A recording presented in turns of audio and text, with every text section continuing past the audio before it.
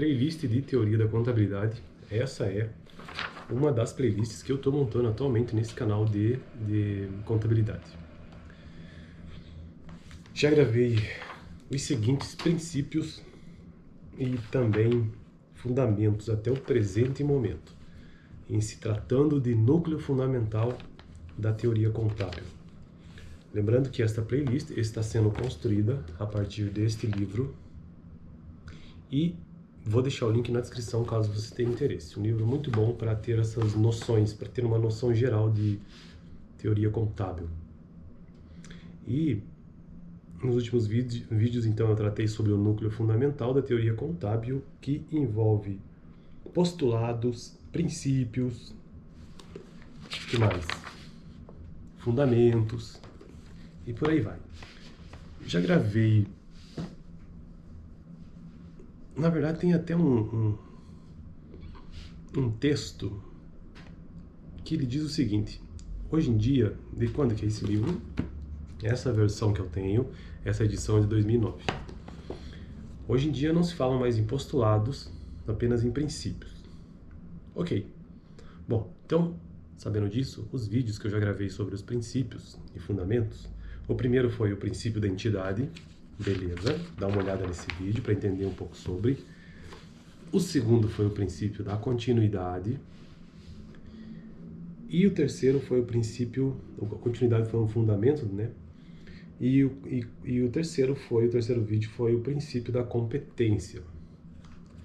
E hoje eu estou então avançando e seguindo para o princípio número 4. Que não existe um número aqui no livro, mas é que eu estou dizendo que esse é o número 4. Qual que é o nome que se dá, ou como se chama esse princípio? Princípio do registro pelo valor original. Antes de entrar no texto propriamente dito, só quero dizer que essas playlists aqui eu estou montando aqui no canal, contabilidade, as playlists atuais, né?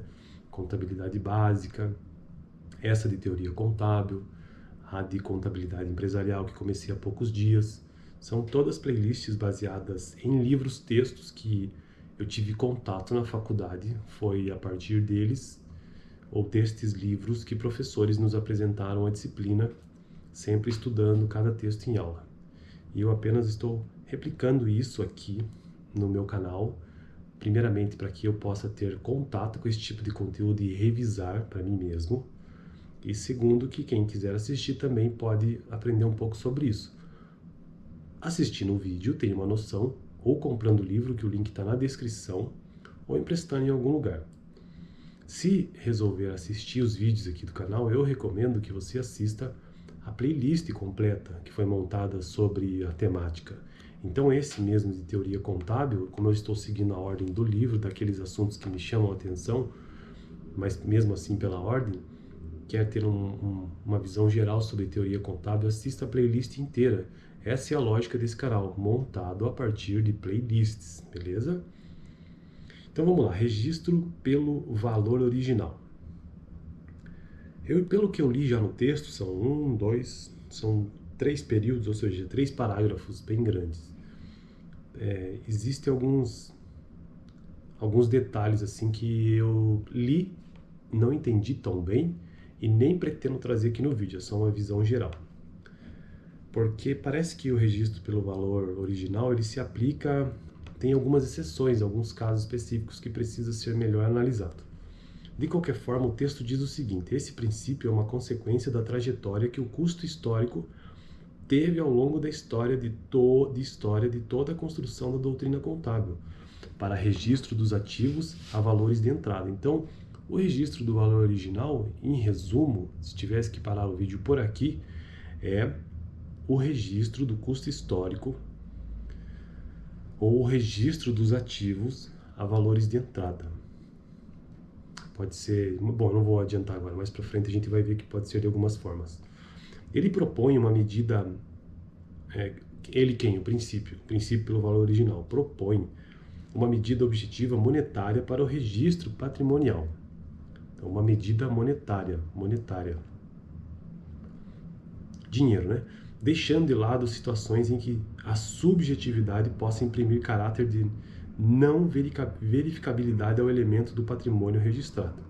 Ou seja, tem que ser possível verificar o patrimônio registrado a partir de uma unidade objetiva monetária vigente. Aqui no Brasil, no caso, é o real, né? Mas essa posição não exclui a possibilidade de avaliação ao valor presente dos componentes patrimoniais. Então aqui já entra um outro conceito, que é trazer tudo a valor presente. Por isso que já começa a ficar um pouco complicado. Isso aqui é um tipo de assunto que se estuda em contabilidade mais avançada, né? De forma a lhe dar a representação monetária atual, sem perder as características do valor original. Aí ele cita aqui resoluções do CFC. O valor original será mantido enquanto o componente permanecer como parte do patrimônio, inclusive quando da saída deste. Daí acrescenta outras resoluções do CFC, que eu não vou ler aqui, mas se você quiser dar uma olhada, é a resolução do CFC número 750 de 1993. Com certeza deve ter atualização disso, né? Que esse livro aqui já é de 2009, nós estamos em 2023, mais de 10 anos. No conceito, entramos agora no segundo parágrafo.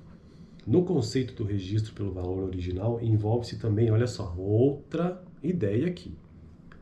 No conceito do registro pelo valor original, envolve-se também a ideia do valor de mercado nos ativos. Então, temos um outro conceito que é o valor de mercado dos ativos, principalmente pela aplicabilidade da regra consagrada, daí ele cita um artigo da lei, o artigo 183 da lei 6.404, das sociedades por ações, custo ou mercado dos dois o menor. Então, valor de custo ou valor de mercado dos dois o menor, como parâmetro para avaliação dos ativos. Então, se for feita a avaliação de um ativo, de acordo com esta lei, o preço de custo ou o valor de custo ou de mercado dos dois o menor, no caso dos ativos, como parâmetro para avaliar. No caso das indústrias, as matérias-primas devem ser avaliadas pelo valor de entrada, outra situação, tá bom? Viu como é que é um princípio que ele tem alguns desdobramentos mais recentes, entendendo-se este como sua representação de valor de mercado para aquisição mais adequada para a avaliação do ativo do adquirente, na aplicação da regra em comento. Agora eu vou entrar em um outro detalhamento.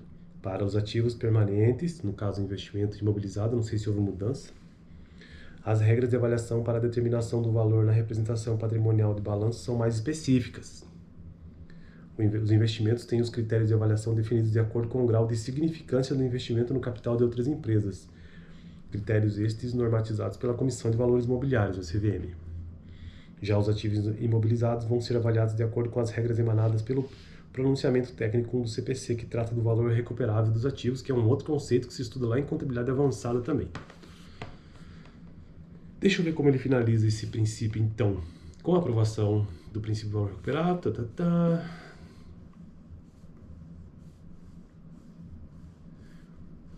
Bom, ele para por aqui com esses parágrafos. Então, esse princípio, fica claro que existem alguns detalhamentos sobre ele, mas principalmente que aquela primeira coisa que eu trouxe, aquele primeiro texto, aquelas primeiras palavras que eu trouxe, foram as seguintes. Esse princípio é uma consequência da trajetória que o custo histórico teve ao longo da história de toda a construção da doutrina contábil. Para registro, vamos aqui grifar isso bem grande, para registro dos ativos a valores de entrada. Ele propõe uma medida objetiva monetária para o registro patrimonial, deixando de lado situações em que há subjetividade, ou seja, registro pelo valor original é o registro do valor do ativo a valor de entrada, ou valor a custo de mercado, valor de mercado, ou mesmo o seu custo. Na verdade, tem o valor de mercado e o valor de custo. Então, o registro pelo valor original é registrar o patrimônio na moeda corrente daquele país, de uma forma que possa ser mensurável, que exista uma representação monetária, beleza? Então, o princípio, registro pelo valor original, significa isso, uma representação monetária coerente. Esse é o vídeo de hoje, e no próximo vídeo eu trarei comentários e alguma leitura também sobre o princípio da prudência. Valeu!